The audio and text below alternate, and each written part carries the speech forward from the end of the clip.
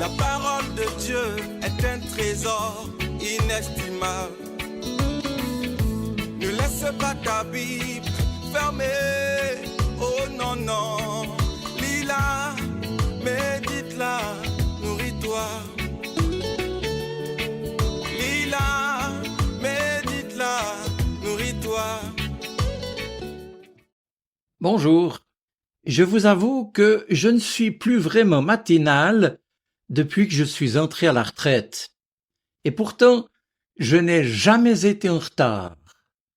Il faut aussi dire, par exemple, que la nuit précédant un culte durant lequel je dois apporter le message, ou bien quand je dois partir de très bonne heure pour telle ou telle destination, mon sommeil se fait généralement plus léger que d'habitude. Je dors, mais pas d'un sommeil lourd, capable de résister au premier appel de mon radio-réveil. En fait, il me semble que 2 raisons peuvent expliquer notre capacité à rester prêt ou vigilant, bref, à dormir tout en veillant. La première raison tient à la crainte. Nous dormons d'un œil, voire moins, parce que nous sommes inquiets à l'idée de ne pas nous réveiller, bien entendu.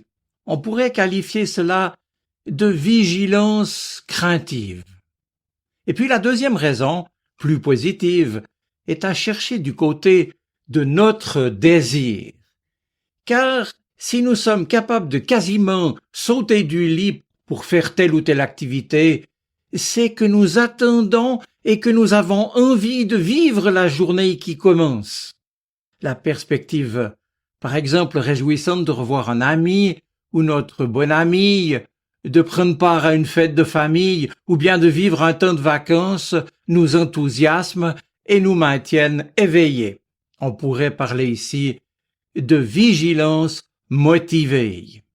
Parce que c'est évident que le désir en nous est une force à laquelle aucun sommeil ne peut résister, si confortable que soit notre lit.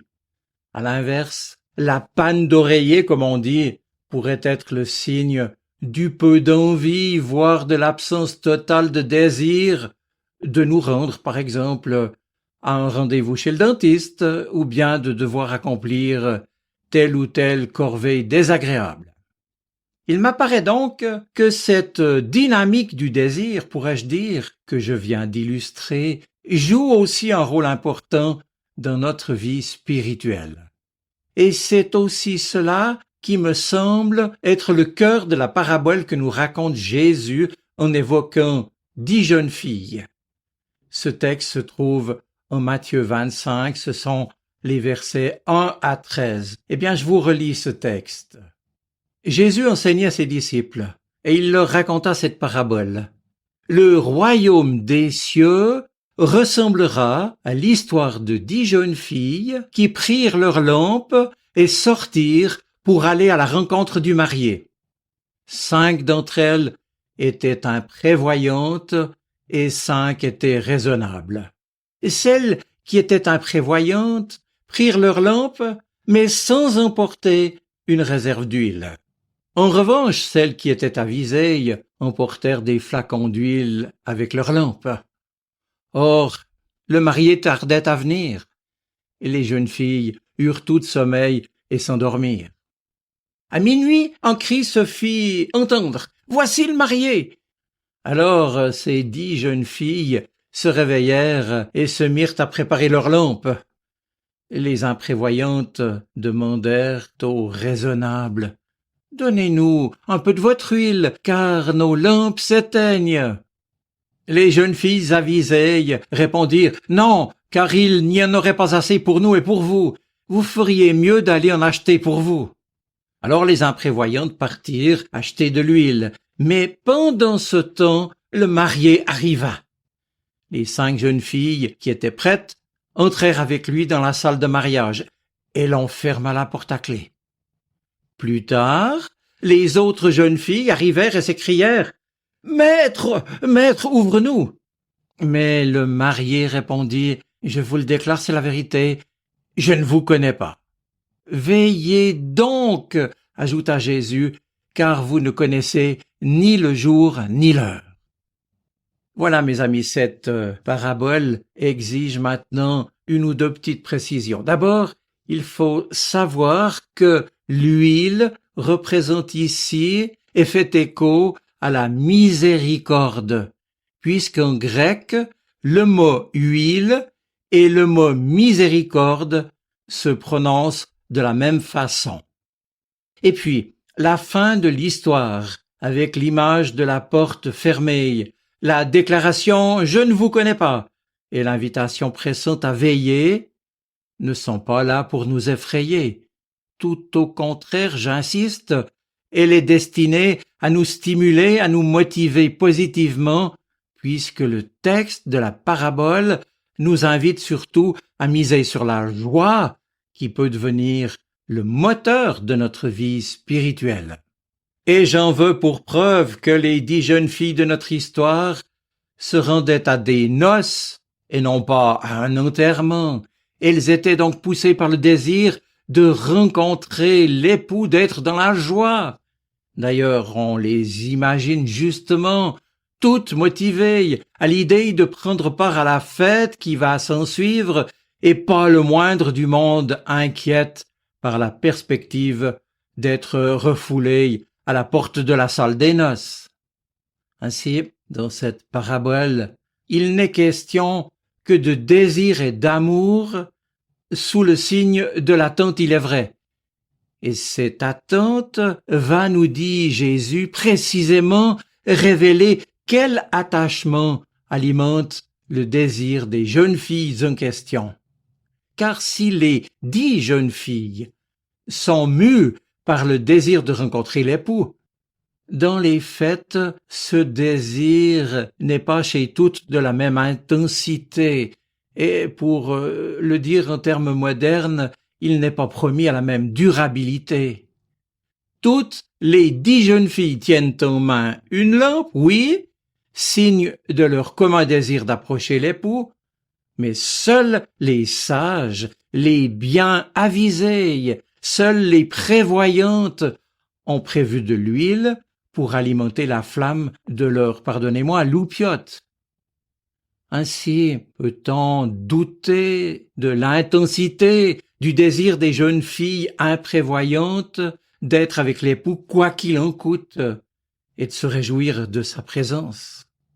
Maintenant, c'est vrai, je vous l'accorde, leur manque de prévoyance tient plus de l'acte manqué que de la simple négligence, d'où, précisément, le reproche sévère que leur fera l'époux. On pardonne aisément aux distraits, mais plus difficilement aux personnes dont on attend des preuves d'amour. Le manque d'huile traduit donc la faiblesse de l'attachement de certaines. À l'inverse, l'épreuve de l'attente révèle l'ardeur de l'amour des 5 autres pour l'époux qui va venir. Maintenant, la parabole nous dit que toutes se sont assoupies et même endormies, même si leur cœur a veillé. La flamme de leur désir ne pouvait pas s'éteindre avec cet assoupissement, car même durant leur sommeil, elle n'a pas cessé cette flamme d'être alimentée par l'huile de leur amour pour l'époux. Mais il en ira bien différemment ensuite pour 5 d'entre elles. Voilà, mes amis. Pour ma part, je retiens que cette parabole nous rappelle au moins 3 vérités fondamentales pour notre vie spirituelle. La première, si elle est évidente, est toujours bonne à redire. Le début et le moteur de toute vie spirituelle sont le désir de Dieu, le désir d'être en sa présence. Rappelez-vous de la prière du psalmiste qui disait « Ô Dieu, tu es mon Dieu, et je te cherche dès l'aube.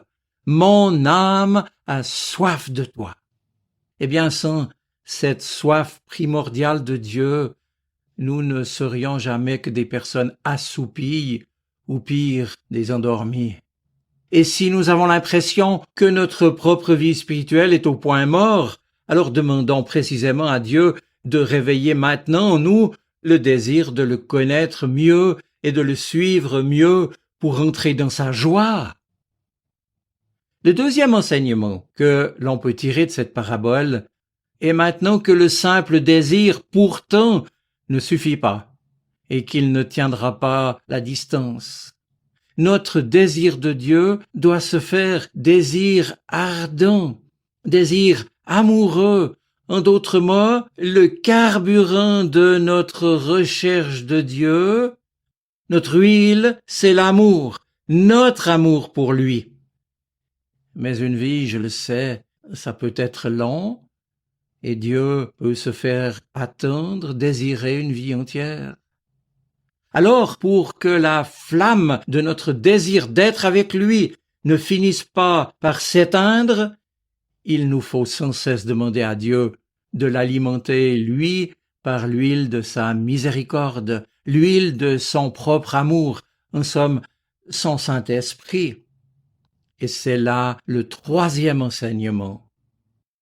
Si intense et sincère qu'ait été dans les premiers temps notre amour pour Dieu, celui-ci, finalement, s'éteindra s'il n'est pas constamment alimenté par un amour supérieur et infini. C'est le sien, son amour, qui seul peut alimenter le nôtre. Bref, mes amis, je termine.